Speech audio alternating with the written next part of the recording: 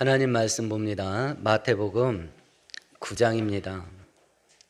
18절에서 26절까지입니다. 다른 곳으로 한 곳 더 찾으십시다. 누가복음 8장입니다. 43절에서 48절까지를 표시해 놓으세요.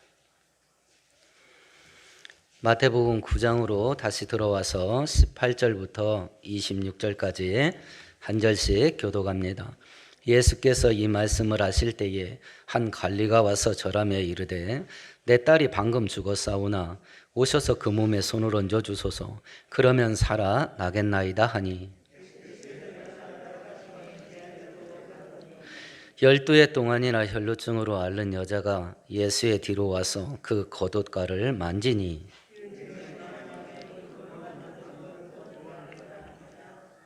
예수께서 돌이켜 그를 보시며 이르시되 딸아 안심하라 네 믿음이 너를 구원하였다 하시니 여자가 그 즉시 구원을 받으니라.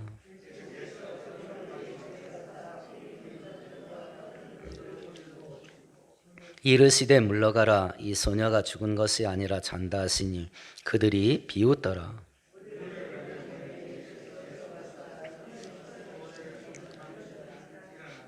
함께합니다. 그 소문이 온 땅에 퍼지더라. 아멘, 아멘. 마태복음은 별명이 왕의 복음이라는 별명을 갖고 있는 성경입니다. 유대인들을 위해서 쓴 복음서이고요. 그래서 유대인들이 기다리고 있던 다윗 왕의 후손 구원자가 누구냐 하는 것을 증명하기 위해서 기록한 성경인데요. 마태복음은 그래서 유대인의 왕의 족보로 시작됩니다. 예수께서 왕의 후손으로 이 땅에 오신 진정한 왕이라는 것을 증명하는 건데요.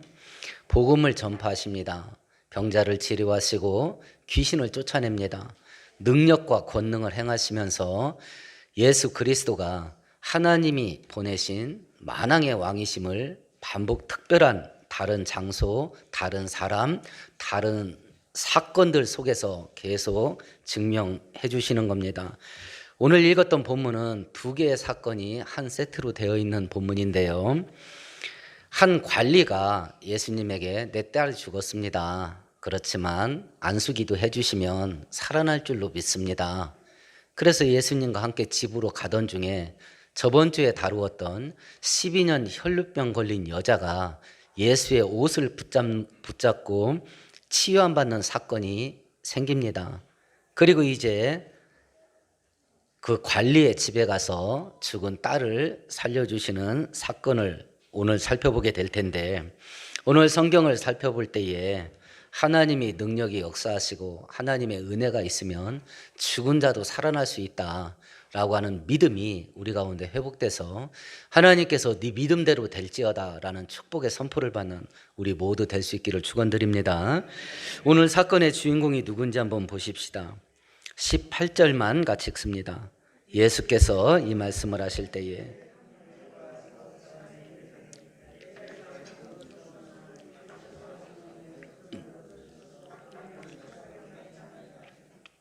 한 관리가 예수님께 찾아왔습니다. 관리하면 여러분 머릿속에 어떤 사람이 떠올라요? 관리, 공무원이죠. 그런데 원문의 뜻은 지배자 혹은 통치자라는 단어예요. 그러니까 관리라는 원문의 단어를 2000년 전에 유대인들이 들었으면 뭘 떠올리겠어요? 최고 지배자를 떠올리는 거예요. 상류층 인사를 떠올리는 겁니다. 고위 지배자입니다. 그런데 이걸 우리 한글 성경이 관리라고 번역을 해서 그냥 일반 공무원 같다라는 그런 생각이 떠오르게 하는 그런 좀 이렇게 원문의 뜻과는 맞지 않는 그런 신분이 됐어요. 누가복음 8장에 보면 41절에 분명하게 말했습니다. 회당장 야이로다 이렇게 말했습니다. 회당이 뭐냐 그러면 회당의 우두머리라는 뜻인데요. 죽은 딸을 살려달라고 찾아온 사람이 구약 성경에 보면 바벨론에게 이스라엘이 멸망하면서 성전이 완전히 파괴됩니다. 구약 성경의 중심은 성전입니다. 제사장이 제사를 드리는, 그러니까 성전이라는 건물이 존재하고 그 안에서 제사장이라는 구별된 사람들이 하나님께 제사를 드리는 두 가지 제도, 성전 제도와 제사장 제도, 이것으로 구약 종교가 움직여지는 시스템으로 돼 있었어요. 근데 그 중에 한 축, 성전이 완전히 파괴됐습니다. 그리고 대부분의 제사장들이 학살을 당했습니다. 그러니까 기존에 있던 방식대로 구약 종교가 움직여지지 못하게 됐어요. 이스라엘 백성들은 바벨론으로 포로로 끌려가서 70년 동안 노예 생활을 하게 되었기 때문에 그렇습니다. 그래서 유대인들이 대안으로 만들어낸 게 뭐냐면 각 지역에 회당이라는 건물을 만든 겁니다. 그리고 그 회당이라는 건물 속에서 종교, 교육, 그리고 유대인들 남자들의 친목, 도모하는 것, 친교 활동, 이런 것들을 하기 위해서 회당이라는 건물을 도처에 세운 겁니다. 그리고 그 건물을 관리하는 자로 회당장을 세운 것이고요. 그러니까 회당장은 종교와 교육 그리고 유대인들의 친목 활동을 주도하는 지역의 지도자입니다. 지역의 지도자. 조선 후기에 각 지역의 패권을 잡은 게 누구였냐면 지방 관리들이 아니었습니다. 서원이었어요. 서원. 선비들의 모임, 서원이었어요. 그래서 목민관들이 그 지역을 다스리는 게 아니라 서원이 다스립니다. 패단이었죠. 그런 것들 생각하시면 이 회당과 회당장의 권한이 무엇인지 조금 이해가 될 듯도 싶습니다. 이런 야이로가 어떤 일을 만났냐. 18절에 보면 딸이 방금 죽었답니다. 그런데 누가복음 8장으로 넘어가 보실까요? 42절을 같이 읽어봅니다. 이는 자기에게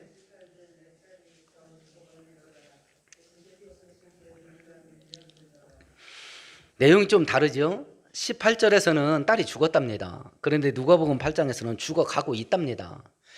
이 두 가지를 조합해 보면 살아있으되 살아있는 상태가 아닌 것 같습니다. 죽음 바로 일보 직전, 임종 직전이었던 것 같습니다. 숨은 쉬고 있지만 이건 살았다고 말할 수 없는 단계, 그런 단계에 이 딸이 있었던 것 같습니다. 저번 주에 다루었던 혈류병 앓던 여자는 이 회당장 야이로와 정반대의 사람입니다. 혈류병 앓던 여자는 가진 게 아무것도 없었습니다. 12년 동안 병치료하면서 가진 것을 다 허비했다 그랬습니다. 가진 게 하나도 없습니다. 부정한 질병이었기 때문에 사람들과 함께 살지 못하고 격리, 추방돼서 살았습니다. 멸시와 천대 대상자입니다. 근데 회당장은 가지고 있는 게 너무 많습니다. 한 지역의 유명 인사입니다. 최고위층이에요. 명예가 있습니다. 권세도 있습니다. 당연히 돈도 따라 붙었겠지요. 가진 게 너무 많아요. 12년 혈류병 앓던 여자와는 정반대입니다. 혈류병 앓던 여자는 가진 게 하나도 없고 자기 병을 치료하기 위해서 무엇인가 할 수단과 방법이 하나도 없습니다. 그런데 이 야이로는 가진 게 너무 많습니다. 그래도 안 되는 일을 만난 거예요. 그래도 안 되는 일을.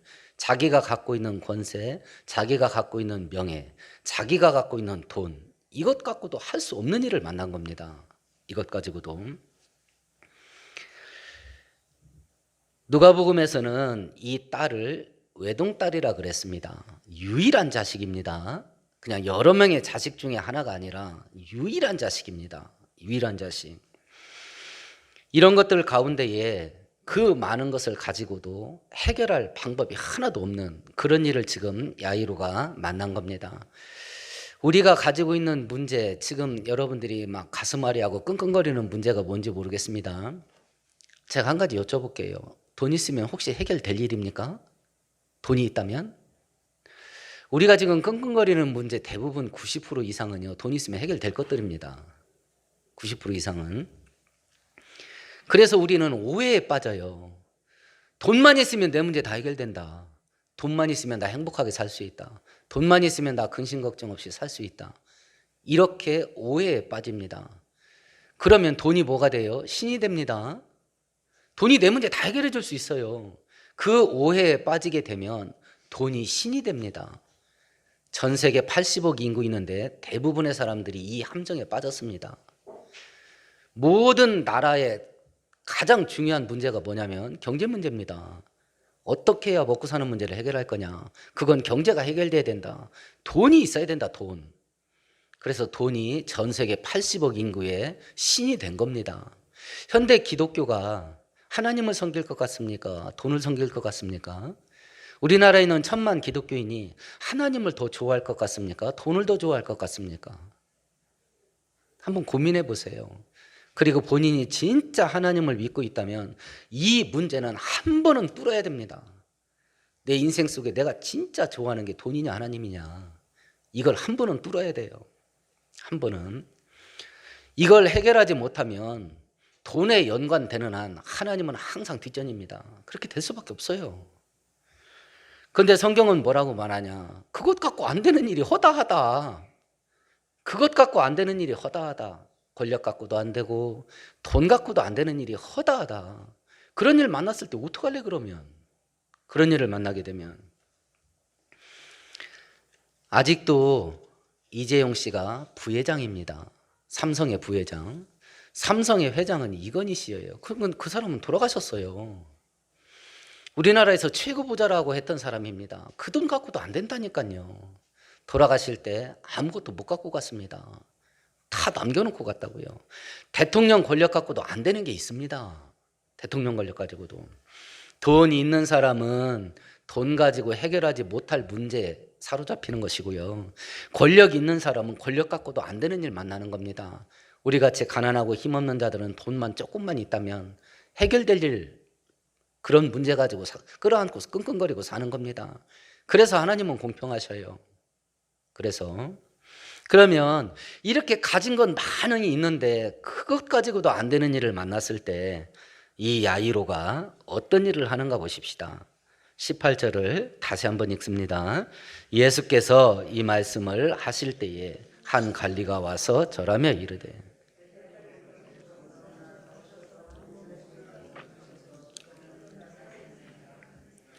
이 관리가, 야이로가 자기가 갖고 있는 명예, 권세, 재물, 이것 갖고도 딸의 죽음 앞에서 아무것도 못하는 거예요. 그랬을 때 이 야이로가 한 일이 뭐냐? 12년 혈류병 걸린 여자와 똑같은 일을 합니다. 첫 번째, 예수께 와서 예수를 찾아가는 거예요. 우리 문제 해결의 첫 단계가 뭔지 아십니까? 예수 앞에 나가는 겁니다. 그래서 하나님께서도 멸망 가운데 있고 그리고 고난 가운데 있는 이스라엘 백성들에게 나에게 와라, 그 말을 하나님께서 목이 매게 하시는 이유가 여기 있습니다. 문제 해결의 첫 단계가 하나님께 나가는 거거든요. 그러니 우리가 살 길을 찾는 첫 단계가 하나님께 나가는 건데, 현대 기독교인들은 하나님께 나가는 게 귀찮아서 안 되니 이게 어떻게 하면 좋아요? 하나님 앞에 나가는 게 귀찮다니까요. 살 길인데 자기가 살 길이 귀찮아졌으니 이걸 어떻게 하면 좋대요? 코로나 바이러스 사태가 터진 3년 동안에 이런 경향을요, 이런 그 흐름을 완전히 뿌리박게 만들었어요. 교회 안 가도 방송 봐도 돼, 이렇게 바꿔버렸거든요. 이렇게. 그러니 이 주일 때 이제 국가가 통제 안 하잖아요. 뭐 전염병 옮는다고 막 교회 시설 폐쇄하고 이런 일 안 하잖아요. 공무원 와가지고 뭐 거리 몇 미터냐 막 이거 따지지 않잖아요. 얼마나 많은 성도들이 자기가 더 좋아하는 것, 재밌고 즐거운 일, 그걸 찾아서 야 빨리 핸드폰 켜 하고 운전하면서 예배드리는 사람이 얼마나 많겠습니까? 운전하면서 예배드리는 사람. 또 철은 또 얼마나 없는지요. 내가 만일 그렇다면 지도 새도 모르게 그렇게 예배드리겠습니다. 이걸 또 동영상 띄워요. 나 지금 여행 가는데 예배드리고 있다 하고 뭐 뻑이 갑니다 진짜. 아니 철도 없어. 나이 40, 50 된 사람들이. 저 같으면 지도 새도 모르게 다녀오겠어요. 저 같으면. 근데 요즘은 막 핸드폰에다 자기 일상 띄우는 게 이게 인기 유행이라 가지고요, 별의별 것들을 다 띄워. 별의별 것들을. 선 목사, 나 저번 주에 황당한 일 만났어. 선배 목사님이 왜요? 그랬더니 성도들이 이제 방송 예배 한참 드릴 때인데 주일날 어떤 성도가 자기 이렇게 식사한 걸 이렇게 사진 찍어서 올렸나 봐요. 아니, 소주병이나 치우지. 아니, 술병이나 치우지. 그거 그대로 사진 찍어서 다 올렸대요. 모든 성도들 다 보라고. 그러니까 뭐 선배 목사님도 환장하겠다는 거예요. 그러니까 우리나라가 1,000만 성도 가지고 있다 하지만 수준이 이렇습니다. 내가 살 길인데 그 중차대한 그 길을 귀찮아서 안 가는 정도까지 됐으니까. 귀찮아서. 야이로가 예수께 나옵니다. 우리가 살 길 첫 단계는 하나님께 나가는 겁니다. 하나님께 나가는 거. 그걸 귀찮아하지 마시고 기뻐하세요. 살 길이 열립니다, 진짜. 기뻐하시고 즐거워하세요. 두 번째는 어떤 일을 하냐면 절하여 이르되, 간구했다는 이야기죠. 두 번째는 뭐란 겁니다. 예수께 나가서 간청합니다. 예수께 나가서 간청하는 행위가 뭡니까? 우리식으로 말하면 기도죠. 기도하는 겁니다. 기도. 내가 기도를 했으니 응답받는 거 당연한 거 아니야? 저는 40일 기도 못합니다. 만일 40일 기도해서 응답을 받았다고 치십시다. 목숨을 걸고 기도했으니 응답받는 거 당연한 거 아니야? 당연하지 않습니다. 부정 취업을 우리가 생각해 보십시다. 자격이 안 돼. 이력서 넣어. 그래서 이력서 넣습니다. 취업이 됐어요. 내가 이력서 넣었으니 취업되는 게 마땅한 겁니까? 특혜 받은 거잖아, 이거. 그죠? 하나님께서 기도하면 내가 응답할게. 이걸 모든 사람들에게 한 게 아니에요. 하나님의 택한 자녀들은 우리한테만 한 겁니다. 네가 기도하면 들어준다겠어요. 네가 기도하면 80억이 기도하면 다 들어주는 거 아닙니다. 네가 기도하면 내가 들어줄게 이렇게 했다고요. 그러면 네가 기도하면 내가 들어줄게 이 약속을 받은 게 마땅한 거예요. 특혜예요. 특혜라고요. 누군가는 그 특혜를 받고 기도해서 은혜를 받는 것이고 누군가는 그 특혜를 받고도 안 하는 거예요. 안 하는 겁니다. 그래서 기도는 귀찮은 종교적인 의무가 아니에요. 기도는 특권입니다. 하나님께서 모든 사람에게 내 앞에 오라 하지 않았어요. 히브리서 4장에 보면 때를 따라 돕는 은혜를 얻기 위해서 담대하게 은혜의 보좌 앞에 나갈지니라. 이건 아무나한테 한 말이 아니라니까요. 우리한테 한 말입니다. 너 필요한 거 있으면 내 앞에 와. 이거 나한테 한 거라니까요. 이게 특권으로 주신 것들을 마귀는 성도들 마음속에 와 이리 귀찮노 이렇게 생각하게 만든 것이고 저희들은 어리석게도 그걸 받아들인 거예요. 어리석게도 그걸 받아들인 거라는 거니까요. 특혜였고 복받는 가장 빠른 길이었던 거예요. 하나님께 나가서 기도하고 예배하는 거. 이건 하나님께 복받는 가장 빠른 지름길이었던 거예요. 이렇게 나가서 간구합니다. 그런데 어떻게 간구하냐면 우리 한글 성경 이르되라는 단어가 원문 성경에 보면 현재 분사라는 문법 구조로 되어 있는데 행동이 계속 반복될 때 그런 용법을 써요.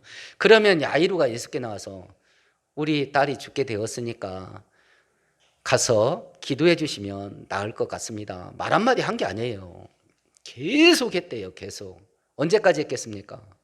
언제까지? 본문의 문맥의 흐름을 보면 예수님이 그래 너네 집 가자라고 할 때까지요. 예수님이 응답하실 때까지 하는 겁니다. 그러면 기도를 할 때 하나님이 응답하실 때까지 기도를 계속 할 수 있게 만드는 힘이 뭐겠습니까? 그건 믿음이에요. 내가 기도하면 하나님이 응답하신다. 그 믿음. 하나님이 응답하시면 내가 죽을 자리 들어갔어도 나 산다 라고 하는 그 믿음. 그 믿음이 끝까지 기도하게 만들어요. 끝까지.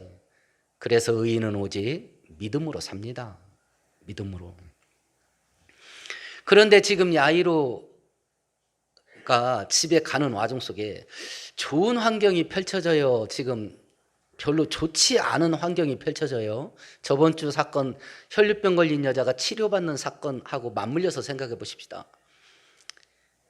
이 고위층 인사가 예수님 앞에 나가서 막 넙죽 엎드렸습니다. 살려달라고 막 계속 매달렸습니다.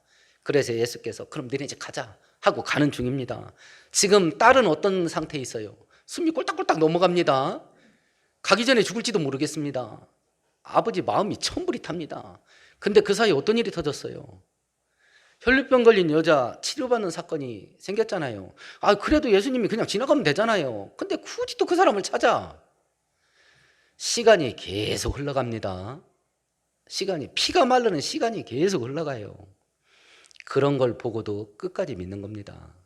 우리가 하나님 믿기로 결심을 하고 신앙생활 제대로 잘하자, 이렇게 하면 좋은 일 펼쳐질 것 같습니까? 마귀가 그거 놔둘 것 같아요? 그날로 아직은 아닌게벼, 이렇게 생각할 수밖에 없는 악한 일이 생길 수도 있습니다. 그날로 마귀가 신방 오거든요. 기도하자라고 결심을 하면, 작전 기도를 결심하면 기도할 수 없는 일이 터진다니까요. 그래서 하나님께 나가는 길은 계단을 하나 넘어야 되는데 영적 전쟁 계단을 넘어야 됩니다. 우리가 하나님께 나가지 못하는 장애물들이 계속 생긴다니까요. 믿음을 테스트하고 마귀가 유혹하고 공격하고 그런 일들이 계속 생기는 겁니다. 지금 그걸 야이로가 경험하고 있는 거예요. 그걸 끝까지 밀어붙이게 만드는 게 뭐냐? 그게 믿음이에요.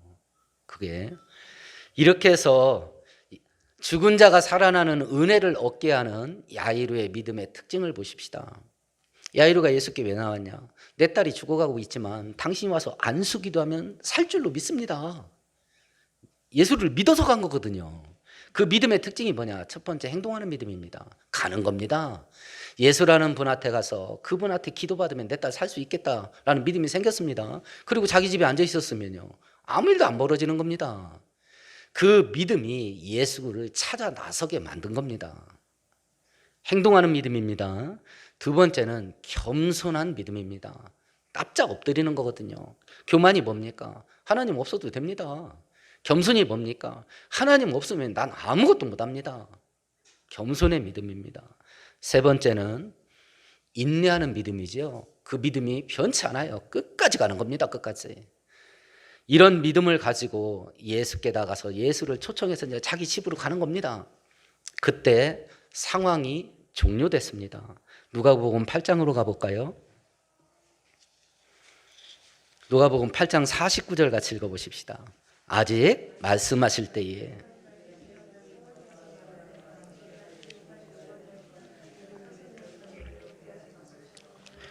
회당장 집에서 급히 사람이 왔습니다. 뭐라고 말했냐면, 당신 딸 방금 죽었습니다. 그러니까 예수님 당신 집에 데려갈 필요 없습니다. 이랬습니다. 그 말을 들을 때 상황이 어떤 상황이었어요? 예수님이 아직 말씀하고 있었답니다. 누구하고 말하고 있었을까요? 길 가다 말고 12년 혈류병 걸린 여자하고 지금 얘기하고 있는 거예요. 예수님이 길을 가다가 자기 몸에서 능력이 쭉 빠져나가는 걸 알았어요. 그래서 뒤를 돌아보면서 누가 내 몸에 손댔어? 그렇게 했습니다. 베드로가, 주님, 사람들이 지금 예수님을 포위하고 밀면서 갑니다. 예수님 몸에 손댄 자가 한둘이 아닌데 누구를 찾으라 하십니까? 그러니까 주변에 있던 사람이 저는 아닌데요? 아닌데요? 다 그랬어요. 예수님의 몸에 손을 대고도. 그렇게 하는 사이에 죽은 거예요. 그렇게 하는 사이에. 그러니까 얼마나 화딱지가 나겠어요. 이런 상황을 만나면 우리들이 야이루라고 생각하십시다. 마음이 어떻겠어요? 예수님께 짜증 안 나겠습니까?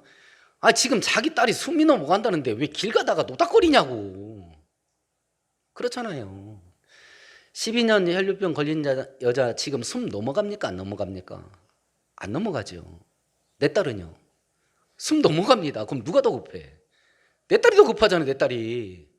근데 그 길에서 그러고 있냐고. 우리도 가끔 이런 원망합니다. 하나님, 내가 얼마나 급한지 모르세요? 내가 얼마나 지금 피 마르는지 모르십니까? 왜 아무 일도 안 하세요? 그러지 않겠습니까? 예수님께 원망할 수 있겠습니다. 왜 이렇게 지체하냐고. 내 딸은 숨이 넘어가는데. 두 번째, 이 혈류병 걸린 여자 이거 살려둘 수 있겠어요 이게? 번호표 내가 먼저 뽑았잖아. 번호표 내가 먼저 뽑았잖아. 예수님한테 내가 먼저 갔잖아. 내가 먼저. 근데 왜 새치기해? 그리고 나섰으면 그걸로 끝내야지. 왜 길에서 예수님 지체하게 만들어? 그러니까 머리털을 다 뽑아버려야지 이런 여자를. 그렇잖아요. 은혜가 사라지고 하나님에 대한 믿음의 초점이 잘못되면 이렇게 됩니다. 그리고 우리가 지금 이런 식으로 신앙생활을 지금 해왔을 수도 있고요. 그러니까 이렇게 하나님 앞에 이런 반응을 보이면서 신앙생활하고도 지금 안 죽고 앉아서 숨쉬고 있는 게 기적 아니겠습니까? 벼락 안 맞고. 하나님께서 나는 자비와 긍휼이 무궁한 하나님이니라. 이 하나님의 성품이 이래서 우리가 산 겁니다. 이래서. 그럼 목사님 니는 잘났냐? 저는 이런 나라 잘 안 나가요. 벼락 맞을까 봐. 저는 제가 나쁜 놈이라는 거 압니다. 그래서 날 굳는 날 잘 안 나가요. 은혜. 오직 은혜로 사는 겁니다. 이랬을 때에 우리 주변의 현실과 환경은요, 우리가 끝까지 믿음의 길을 가도록 도와주지 않습니다. 환경은 언제든지 험악하게 돌아가고 나의 현실은 언제든지 처절합니다. 그걸 앞에 놓고 어떻게 해야 될 거냐라고 하는 겁니다. 예수께서 뭐라고 하는지 보실까요? 누가복음 8장 50절을 같이 읽어보십시다. 예수께서 들으시고 이르시되 두려워하지 말고.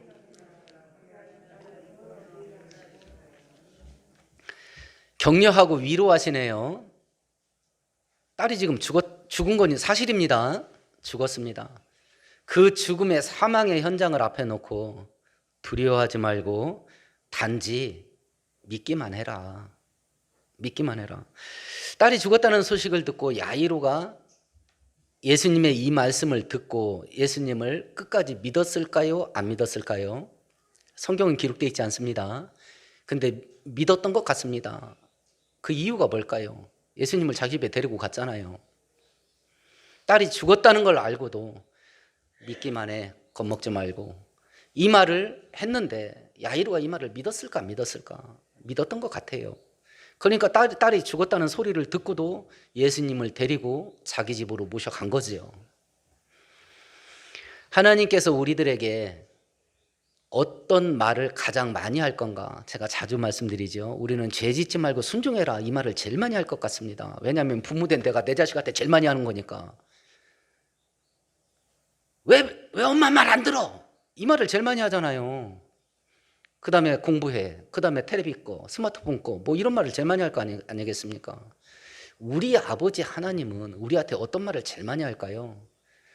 성경에 기록된 단어를 과거에는 컴퓨터가 없을 때는 일일이 손으로 세야 됐습니다. 근데 지금은 컴퓨터에 넣고 돌려버리면 어떤 말을 제일 많이 반복했냐면 담대하라예요. 죄짓지 말고 순종하라는 말씀도 하셔요. 근데 하나님께서 우리들에게 제일 많이 한 말은 담대하라예요. 두려워하지 말라, 근심하지 말라. 이 말을 제일 많이 했습니다. 그래야 진짜 아버지지. 그래야 진짜 아버지죠.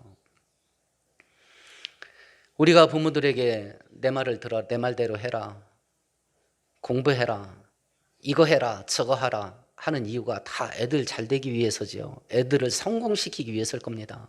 그러면 본인에게 질문해 보세요. 애를 사랑하세요? 아이의 성공을 사랑하세요? 머리 복잡해질 겁니다. 머리 복잡해질 겁니다. 한국 부모들은 자식을 사랑하지 않습니다. 자식의 성공을 사랑합니다. 자식의 성공을. 우리 하나님 아버지는 우리가 이 세상에 살아가면서 담대하게 살기를 원하셔요. 근심 걱정 없이 살기를 원합니다. 그래서 저는 가끔 울어요. 나는 돈이 좋거든요. 저는 부자 되고 싶어요. 원 없이 돈 써보고 싶습니다. 그런 나를 보고 하나님 아버지가 야야, 내 뜻은 그게 아니야. 나는 네가 행복하게 살았으면 좋겠다. 이러면 내가 뭐라고 말해야 되나? 이러면 아버지 뜻과 내가 원하는 게 맞지 않으면 내가 어떻게 해야 되나? 나도 서병호라는 이름 석자 올리면 우리나라 1,000만 성도들 웬만한 사람이 다 알아주는 그런 성공한 목사 되고 싶은데 그렇게 안 돼서 미칠 것 같은데 내 아버지 되신 하나님께서 야야 너 그렇게 살면 너 피말라 죽어. 나는 네가 행복하게 살았으면 좋겠다. 이러면 내가 뭐라고 말해야 되나. 이러면 하나님께서 우리를 향한 뜻은 담대하게 사는 겁니다. 담대하게. 이렇게 해서 예수께서 이제 25절 8장 25절입니다. 우리 같이 마태복음으로 넘어가서 8장 25절 같이 읽어봅니다. 9장 25절 같이 읽어봅니다. 무리를 보내신 후에 예수님이 죽은 이 딸아이를 어떻게 살려내요? 아무렇지도 않게 살려내죠. 우리가 죽을 것 같은 일을 하나님을 해결함에 아무런 부담이 없습니다. 우리는 이 문제를 해결할 방법이 없겠지만 하나님은 내 문제를 해결할 방법이 무궁무진합니다. 그 중에 하나 쓰면 됩니다. 그러니까 내 문제를 이런 식으로 해결해 주세요 하고 해결 방법을 하나님께 기도하지 마세요. 만일 하나님이 그렇게 하실 수도 있겠지만 그렇게 할 경우에는 내가 하나님을 조종하게 됩니다. 이런 식으로 움직여가지고 이 방법을 사용하셔서 이런 식으로 해결하세요. 저도 이런 식으로 기도 많이 했습니다만 그 방법대로 하나님이 제 문제 해결해 준 것이 거의 없어요. 왜냐하면 그렇게 그 방법대로 하나님 움직이시면 내가 하나님 움직인 게 되거든요. 제 문제를 해결해 준 것이 많지만 다른 방법을 쓰셔요. 그래서 저로 하여금 하나님 앞에서 잔머리 쓰지 않게. 방법은 하나님이 쓴다. 방법은 나는 내 마음의 소원 이 상태에서 나를 살려주세요. 방법은 하나님 마음대로 쓰세요. 마음대로. 그래야 기도가 단순해져요. 방법을 찾아서 기도하려면 기도가 복잡해집니다. 기도가 복잡해지면 오는 응답도 복잡해져요. 그럼 나중에 자기가 응답 받았는지도 몰라. 기도가 단순해야 응답이 화끈해집니다. 응답이 화끈해져요. 죽은 자가 살아났습니다. 하나님의 영광이 나타났습니다. 기적이 일어났습니다. 그런데 이 자리에 참여하지 못한 자가 있네요. 우리 누가복음 8장으로 다시 넘어가 볼까요? 51절 같이 읽어봅니다. 그 집에 이르러 베드로와 요한과 야고보와 다른 사람 다 내쫓았습니다. 부모와 요한과 야고보, 베드로만 데리고 갔습니다. 이유가 뭐냐? 마태복음 9장으로 넘어가 보십시다. 24절입니다. 같이 읽어봅니다. 이를 때 이래서 그래요. 그 집에 갔더니 사람들이 다 울고 있습니다. 가족과 친지들이 웁니다. 이웃들이 웁니다. 그러니까 예수께서 뭐라고 말하냐면 돌아가라. 이 아이가 죽은 게 아니다. 잔다. 그러니까 다 조롱했답니다. 하나님의 능력을 믿지 않습니다. 하나님의 능력을 의심합니다. 하나님이 하시는 일을 비웃고 조롱합니다. 하나님의 은혜 받는 일을 하찮게 여깁니다. 그런 자들은 기적이 일어나는 그 자리에서 하나님의 축복의 역사가 일어나는 그 자리에서 쫓겨납니다. 내가 그 사람이 될 수도 있습니다. 내가 그 기적이 일어나는 그 축복의 자리에서 내가 쫓겨날 수도 있겠습니다. 그래서 하나님 믿는 것은 끝까지 믿어야 됩니다. 하나님 믿는 것은 철저하게 믿어야 됩니다. 우리가 믿는 하나님은 그럼 뭘 믿어야 될 거냐? 첫 번째, 우리가 믿는 하나님은 살아계신 하나님이다. 하나님 존재한다. 두 번째, 그 하나님은 전능하셔서 불가능한 게 없다. 창세기 1장 1절이 진짜 믿어지면 성경 전체 믿어집니다. 제가 어느 순간에 창세기 1장 1절이 믿어지더라고요. 그 뒤에 나오는 어떤 기적의 사건이라고 하더라도 아니 말 한마디로 우주를 창조하신 하나님인데 뭐 이 정도 일어나는 건 당연한 거 아니야? 이렇게 되더라고. 이렇게 우주를 말씀으로 창조하신 하나님, 말씀으로 우주를 운행하시는 하나님이 내 인생 하나 살려내는 게 뭐가 어렵다고요? 그렇지 않습니까? 내 직장, 내 사업장 하나 살려내는 게 뭐가 어렵다고요? 세 번째는 그 전능하신 하나님은 나를 사랑하셔서 항상 나에게 좋은 거 주신다. 이걸 믿는 겁니다. 언제까지요? 끝까지 믿는 겁니다. 믿다 죽어도 믿는 겁니다. 믿다 죽어도. 오늘 말씀을 생각하시면서 우리 함께 통성으로 기도하십시다.